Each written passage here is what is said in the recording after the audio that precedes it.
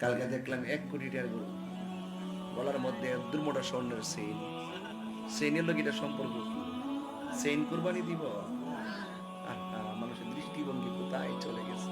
আপনারা তো চৌধুরী বাড়ির মানুষের দেখাবার লেগে গরু কিনেন, আমি তো বুইয়া বাড়ির বেড়াইতে 3 লাখ টাকার গরু না কিনলে কি আমার কে মানুষে বড় লোক কইব? একটা ব্যবসা আছে না, শতকরা 100% ভিতরে এইটা কাজ করে। গরুটা আনলে এমন কবে, বাবা আনছি রে, আছে কিনা? লা ইয়ানালাল্লাহা লুহুমুহা ওয়ালা দিমাউহা ওয়ালাকিন ইয়ানালুহুত তাকওয়া মিনকুম। আল্লাহর কাছে কুরবানির গোশত পৌঁছে না, আল্লাহর কাছে কুরবানির পশুর রক্ত পৌঁছে না, আল্লাহর কাছে পৌঁছে বান্দার অন্তরে তাকওয়া। এই জন্য গরু কিনা মানুষকে দেখাইতে চাই না, আল্লাহকে রাজি করতে চাই।